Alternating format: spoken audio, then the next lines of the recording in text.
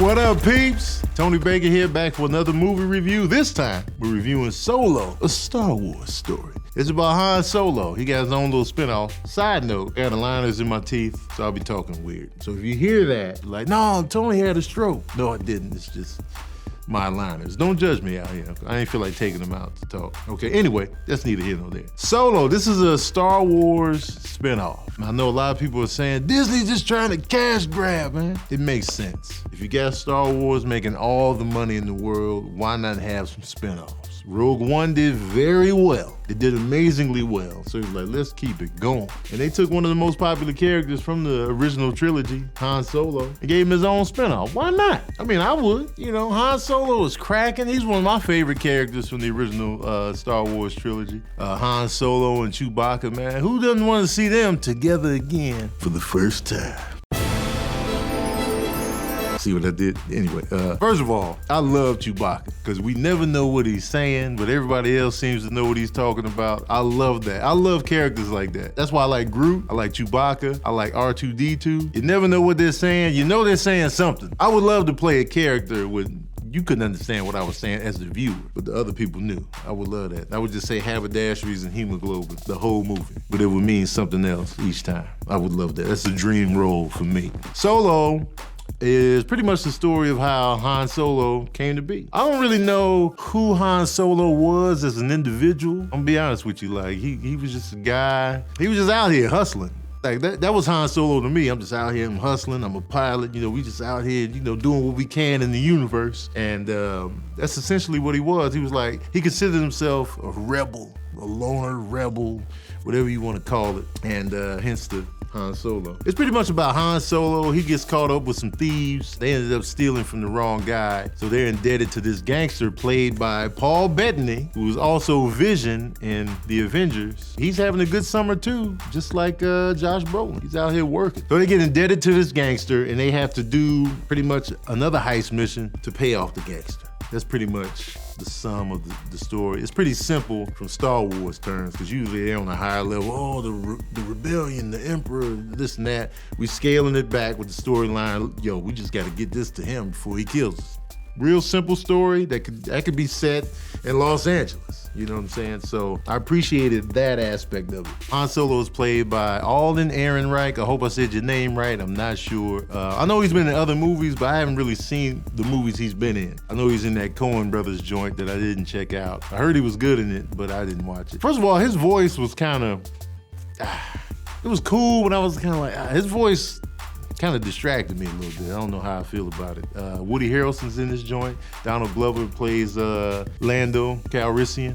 We got Tandy Newton in there, Emilia Clarke, a new Chewbacca. I noticed this Chewbacca, he's not knock-kneed. Remember the original Chewbacca? His knees was coming together. Every time he walked, he's like, look at those knees. But this new Chewbacca, he got a different walk now. I was like, oh, Chewbacca, I see what you're doing out here, man. And his fur looked a little more lush. It looked like he had some conditioner, you know what I'm saying? Some shampoo, conditioner. Some little essentials, maybe some coconut oil in there. I don't know what he's doing with his hair, but that's neither here nor there. There's some controversy behind the scenes. They had to do reshoots. They changed directors. Ron Howard had to step in and direct, and Ron Howard's been directing for mad long. So it was like, yo, Ron Howard. I didn't even know Ron Howard was the director on it. I was like, oh, Ron Howard did this?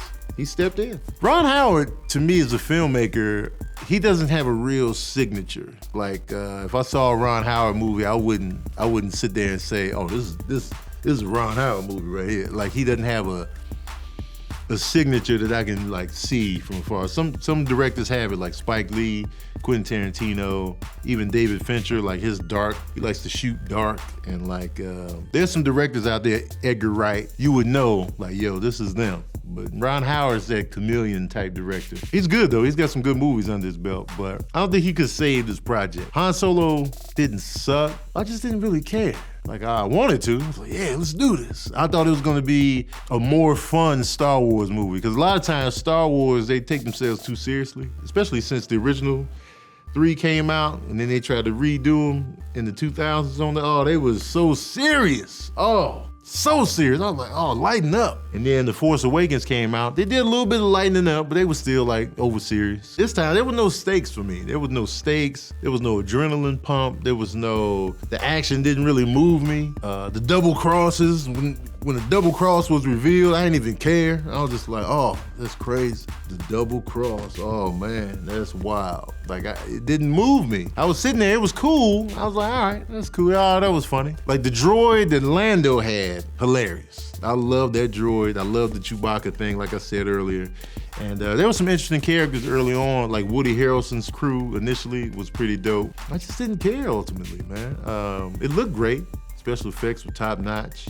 There was a heist scene involving a train that I really enjoyed, but that was early in the picture. I know you probably look back at my little reviews of the Star Wars movies and they're not very favorable. Like The Last Jedi, I was kind of like, The Force Awakens was cool, but it was,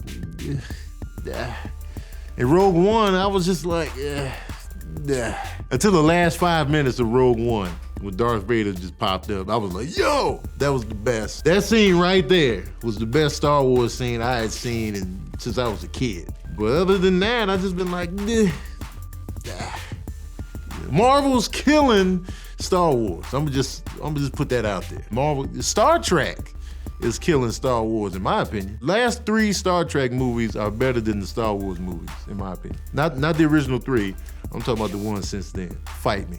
Okay. What are some of the takeaways from Solo? Not everything is spinoff worthy once you see it up there. In thought, in theory, yeah, Han Solo movie would be great. Well, then scale it back. Scale it back. Don't make the budget astronomical. This is a gamble. Scale it back, man. When you do a spinoff, scale everything back. Just in case. Just in case it doesn't work, just scale it back. But they was like, nah, we putting it all in. They made about 104, 108 million over the Memorial Day weekend. Listen, when over $100 million in your first 4 days is seen as a disappointment, how much was this budget? That's a lot of money for 4 days. It's still not enough. Like, man, they should have scaled it back. Another takeaway is let's do a Lando movie. Scale it all the way back. $50 million budget. Let's see what Lando was talking about. Like, why is he the way he is? Let's go with that. Cause he was smooth. Donald Glover was smooth just like Billy D. Williams was. It was the same.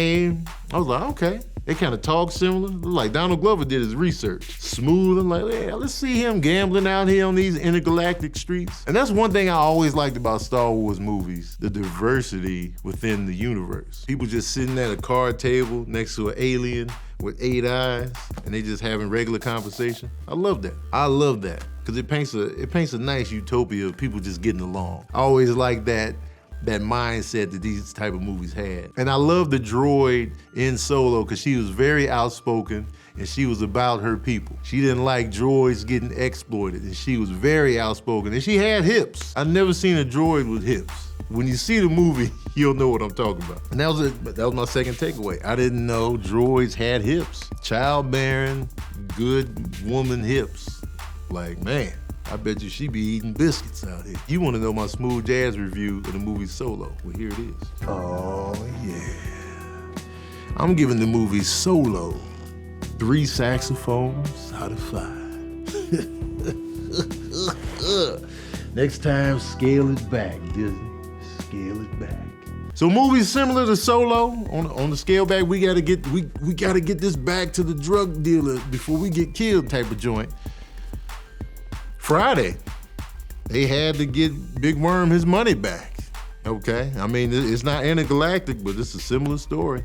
And I also throw Snatch in there. You know, I love Snatch. Snatch by Guy Ritchie is one of my favorite movies of all time. But yeah, but let me know what y'all thought of Solo in the comments section below. Do you think it was worth Disney doing a spinoff of Star Wars? Do you think it was worth it? Do you think they should do more spinoffs? Let me know in the comments section below. And don't forget to like, share, and subscribe. And as usual, we out here.